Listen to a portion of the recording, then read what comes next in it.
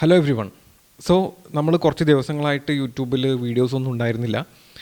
പക്ഷേ ടെലഗ്രാമിലും ഇൻസ്റ്റഗ്രാമിലൊക്കെ ചെറിയ രീതിയിലൊക്കെ ആക്റ്റീവായിരുന്നു. എന്നാണെങ്കിലും ഇനി മുതൽ യൂട്യൂബിൽ വീഡിയോസ് ഞാൻ അപ്ലോഡ് ചെയ്യാൻ പരമാവധി ശ്രമിക്കുന്നതായിരിക്കും. സോ നമുക്ക് വീഡിയോയിലേക്ക് പോകാം. ഞാനിന്ന് പറയാൻ പോകുന്നത് വളരെയധികം ഇമ്പോർട്ടൻ്റ് ആയിട്ടുള്ളൊരു കാര്യമാണ്. അതായത് നമ്മുടെ ട്രേഡിംഗ് ചെയ്യണയിൽ അല്ലെങ്കിൽ നമ്മുടെ ഇൻവെസ്റ്റ്മെൻറ്റ്സ് ചെയ്യണയിൽ നമ്മൾ തീർച്ചയായിട്ടും ഫോളോ ചെയ്യേണ്ട ഒരു കാര്യമായിട്ടാണ് എനിക്ക് തോന്നിയിട്ടുള്ളത്.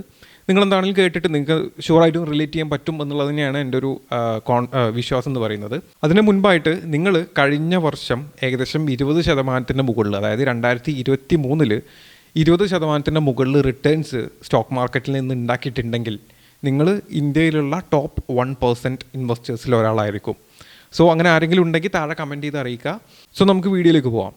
അതായത് നിങ്ങളിപ്പം ഇൻവെസ്റ്റ്മെൻറ്റ്സ് ചെയ്യുന്നുണ്ടാവും, അതുപോലെ തന്നെ ഷോർട്ട് ടൈം ട്രേഡിംഗ് ചെയ്യുന്നുണ്ടാവും, അതുപോലെ തന്നെ ഇൻട്രാഡേ ട്രേഡിംഗ് ചെയ്യുന്നുണ്ടാവും. അപ്പം ഇത് മൂന്നും ഒരു അക്കൗണ്ടിലാണോ നിങ്ങൾ ചെയ്യുന്നത്? അങ്ങനെയാണെന്നുണ്ടെങ്കിൽ നിങ്ങൾ ഫെയിൽ ആവാനുള്ള ചാൻസ് വളരെയധികം ഹൈ ആണ്. അതായത് ഞാൻ ഒന്നുകൂടെ ഡീറ്റെയിൽ ആയിട്ട് എക്സ്പ്ലെയിൻ ചെയ്തു തരാം. അതായത് നമ്മളിപ്പോൾ ഇൻവെസ്റ്റ് ചെയ്യുന്ന സമയത്ത് ഞാൻ വരുത്തുന്ന മിസ്റ്റേക്കാണ് ഞാൻ ആദ്യം പറയാൻ പോകുന്നത്. ഇങ്ങനെ ചെയ്ത് കഴിഞ്ഞാൽ എല്ലാം കൂടെ ഒരു അക്കൗണ്ടിൽ ചെയ്ത് കഴിഞ്ഞാൽ വരാൻ പോകുന്ന മിസ്റ്റേക്കുകളാണ് ഞാൻ പറയാൻ പോകുന്നത്. അതായത് നിങ്ങളിപ്പം ലെറ്റ്സ് ഒരു 10,000 റുപ്പീസാണ് നിങ്ങൾ മന്ത്ലി നിങ്ങളുടെ സാലറിയിൽ നിന്ന് ഒരു 10,000 രൂപ മാറ്റി വെക്കുന്നുണ്ട് നിങ്ങൾ ട്രേഡിംഗ് അല്ലെങ്കിൽ ഇൻവെസ്റ്റ്മെൻറ്റ്സ് ചെയ്യാൻ വേണ്ടിയിട്ട് എന്ന് വിചാരിക്കുക. അപ്പോൾ നിങ്ങൾ 10,000 രൂപ മാറ്റി വെക്കുന്ന സമയത്ത് നിങ്ങൾ വളരെ ഡിസിപ്ലിൻഡ് ആയിട്ട് ഒരുപാട് ഫണ്ടൊന്നും ട്രേഡിങ്ങിന് യൂസ് ചെയ്യാതെ ഇൻവെസ്റ്റ്മെൻറ്റ്സിന് യൂസ് ചെയ്യാം എന്നുള്ള രീതിയിലൊക്കെ നിങ്ങൾ പ്ലാൻ ചെയ്ത് നിങ്ങൾ ചെയ്യുന്നുണ്ടാവുക. ഒരു 6,000 രൂപയോ 7,000 രൂപയൊക്കെ നിങ്ങൾ ഇൻവെസ്റ്റ് ചെയ്യുന്നു. ബാക്കി ഒരു 4,000 രൂപക്ക് അല്ലെങ്കിൽ ഒരു 4,000 രൂപ എടുക്കാം. അപ്പോൾ 4,000 രൂപക്ക് നിങ്ങൾ ട്രേഡ് ചെയ്യാൻ വേണ്ടി യൂസ് ചെയ്യുന്നു എന്ന് വിചാരിക്കുക. അപ്പോൾ നിങ്ങൾ ഈ 4,000 രൂപയിൽ കുറച്ച് എമൗണ്ട് നിങ്ങൾ ഷോർട്ട് ടൈമിന് യൂസ് ചെയ്യുന്നുണ്ടാവും, അല്ലെങ്കിൽ ഇൻട്രാഡേക്ക് യൂസ് ചെയ്യുന്നുണ്ടാവാം. ചിലപ്പം ഇൻട്രാഡേ ചെയ്യാത്തവരുണ്ടാവാം, എങ്കിലും നിങ്ങൾ ട്രേഡിങ്ങിന് വേണ്ടിയിട്ട് ഒരു 4,000 രൂപ മാറ്റി വെക്കുന്നുണ്ട് വിചാരിക്കുക.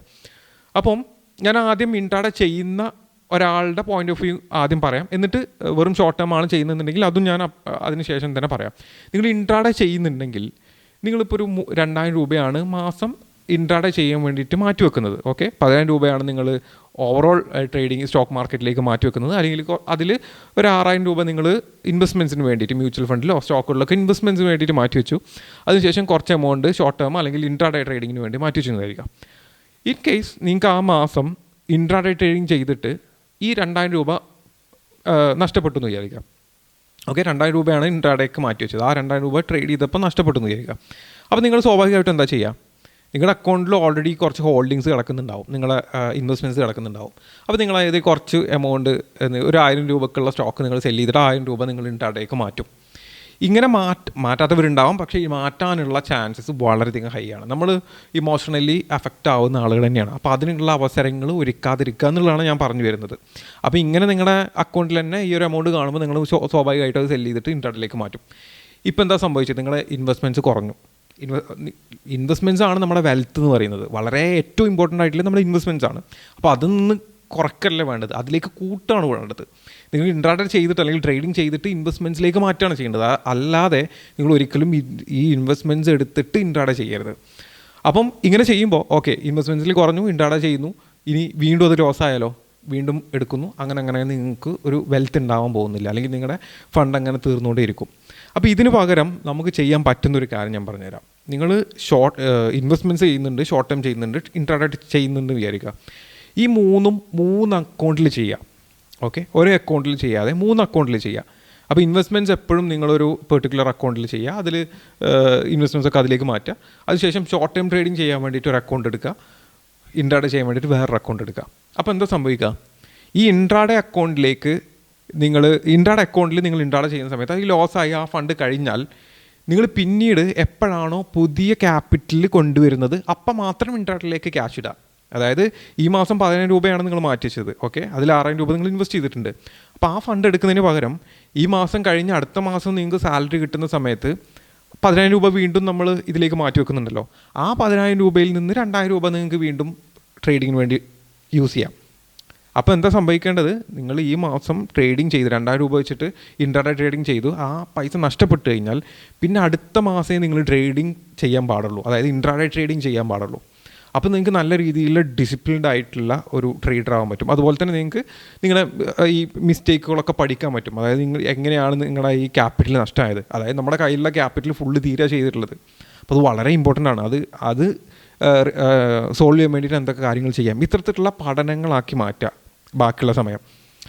ഓക്കെ, അപ്പോൾ ഞാൻ ചുരുക്കി പറഞ്ഞത്, നമ്മൾ ക്യാപിറ്റൽ ഒരു 10,000 രൂപ നമ്മൾ മൊത്തത്തിൽ മാറ്റി വെക്കുന്നുണ്ട്, സാലറിയിൽ ഒരു 10,000 രൂപ നമ്മൾ സ്റ്റോക്ക് മാർക്കറ്റിലേക്ക് മാറ്റി വെക്കുന്നുണ്ടെങ്കിൽ അതിൽ ഇൻവെസ്റ്റ് ചെയ്യാനുള്ളത് എപ്പോഴും അവിടെ മാറ്റി വെക്കുക. അത് അവിടെ നിന്നോട്ടെ, അതിൽ പിന്നെ തുടരരുത്.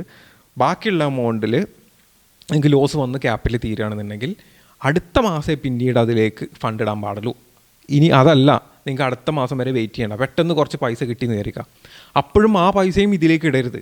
ആ പൈസയിൽ നിന്നും ഈ 6,000 രൂപ ഇൻവെസ്റ്റ്മെൻറ്റ്സിലേക്ക് മാറ്റി വെക്കുക, ഇത്ര ഷോർട്ട് ടൈമിലേക്ക് ഇത്ര ആ ഒരു റേഷ്യോ നിങ്ങൾ കണ്ടെത്തുക. അതായത് നിങ്ങളൊരു, ഇപ്പോൾ ഞാൻ കറൻ്റ്ലി പറഞ്ഞത് 60% ഇൻവെസ്റ്റ് ചെയ്യാനും ബാക്കിയൊരു 20% നിങ്ങൾക്ക് ഷോർട്ട് ടൈമിലേക്കും ഒരു 20% ഇൻട്രാഡേയിലേക്കും മാറ്റാം എന്നുള്ളതാണ് ഞാൻ ഇപ്പോൾ കറൻ്റ്ലി പറഞ്ഞത്. പക്ഷേ ഏറ്റവും ബെസ്റ്റ് ആയിട്ടുള്ളത് ഈ 60% ഇത് 70 ആക്കാം, ഇനി 80 ആക്കാം, ഇൻട്രാഡേ ഒഴിവാക്കിയിട്ട് ഷോർട്ട് ടേം മാത്രം ആക്കാം. അതായത് 80% ഇൻവെസ്റ്റ് ചെയ്യുക, 20% ഷോർട്ട് ടേം ട്രേഡിങ് ചെയ്യുക. അങ്ങനെ നിങ്ങൾക്ക് യൂസ് ചെയ്യുക. അത് നിങ്ങൾക്ക് ബെസ്റ്റ് ഏതാണ്, മിനിമം 60% നിങ്ങൾ ഇൻവെസ്റ്റ് ചെയ്യുക എന്നുള്ളതാണ് ഞാൻ റെക്കമെൻഡ് ചെയ്യുന്നത്. പിന്നെ ഷോർട്ട് ടേമും ഇൻട്രാഡേയും എല്ലാം ചെയ്യണമെന്നുള്ളതാണ് എൻ്റെ ഒരു അഭിപ്രായം. അതുകൊണ്ടാണ് ഞാൻ ഇത്തരത്തിലുള്ളൊരു സംഭവം പറഞ്ഞത്. അതായത് 60% ഇൻവെസ്റ്റ് ചെയ്യുക, 20% ഷോർട്ട് ടേമിലേക്ക്, 20% ഇൻട്രാഡേയിലേക്ക്, അല്ലെങ്കിൽ 30% ഷോർട്ട് ടേമിലേക്ക്, 10% ഇൻട്രാഡേയിലേക്ക്. ഇങ്ങനെ ആയിരിക്കണം നമ്മളെ ക്യാപിറ്റൽ അലോക്കേറ്റ് ചെയ്യേണ്ടത്. അപ്പോൾ ഇത് വളരെയധികം ഇമ്പോർട്ടൻ്റ് ആണ്. ഇത് അലോക്കേറ്റ് ചെയ്താൽ മാത്രം പോരാ, ഇത് 3 അക്കൗണ്ടിലേക്ക് മാറ്റണം. ആ അക്കൗണ്ടിലുള്ള ഫണ്ട് അങ്ങോട്ടും ഇങ്ങോട്ടും കളിക്കരുത്. ഇൻട്രാഡേയിൽ നിങ്ങൾക്ക് പ്രോഫിറ്റ് കിട്ടിക്കഴിഞ്ഞാൽ ആ പ്രോഫിറ്റ് നിങ്ങൾക്ക് ഇൻവെസ്റ്റ്മെൻറ്റ്സിലേക്ക് മാറ്റാം. അതല്ലാതെ ഇൻവെസ്റ്റ്മെൻറ്റിൽ നിന്ന് ഇൻട്രാഡേയിലേക്ക് മാറ്റരുത്, അല്ലെങ്കിൽ ട്രേഡിങ്ങിലേക്ക് മാറ്റരുത്. അതുപോലെ തന്നെ ഷോർട്ട് ടേമിൽ കിട്ടിയ പ്രോഫിറ്റും നിങ്ങൾ ഇൻട്രാഡേക്ക് യൂസ് ചെയ്യരുത്, അതും ഇൻവെസ്റ്റ് ചെയ്യാൻ വേണ്ടിയിട്ട് യൂസ് ചെയ്യുക. അതായത് നിങ്ങൾ ഓരോ പ്രയോറിറ്റി കൊടുക്കുക. ഫസ്റ്റ് പ്രയോറിറ്റി ഇൻവെസ്റ്റ്മെൻറ്റ്സിൽ, പിന്നെ ഷോർട്ട് ടേം, പിന്നെ ഇൻട്രാഡേ എന്നുള്ളൊരു പ്രയോറിറ്റി കൊടുക്കുക. അപ്പോൾ ഇൻട്രാഡേയിൽ നിന്ന് കിട്ടിയ പ്രോഫിറ്റ് മാത്രം വീണ്ടും ഇൻട്രാഡേ ചെയ്യാൻ വേണ്ടി യൂസ് ചെയ്യുക. അതല്ലെങ്കിൽ നിങ്ങൾ ഏൺ ചെയ്യുന്ന, അല്ലെങ്കിൽ നിങ്ങളുടെ എന്താ പറയുക, സാലറിയിൽ നിന്ന് കിട്ടുന്ന ആ ഒരു ചെറിയ പേഴ്സണെ എത്രയാണ് നിങ്ങൾ പ്ലാൻ ചെയ്തിട്ടുള്ള അത് മാത്രം ഇൻട്രാഡേക്ക് വീണ്ടും ഫില്ല് ചെയ്യുക.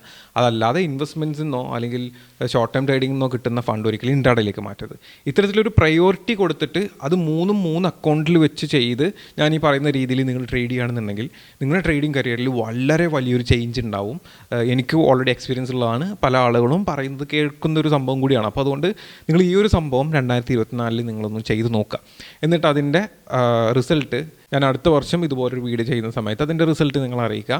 So thank you, happy trading, best of luck.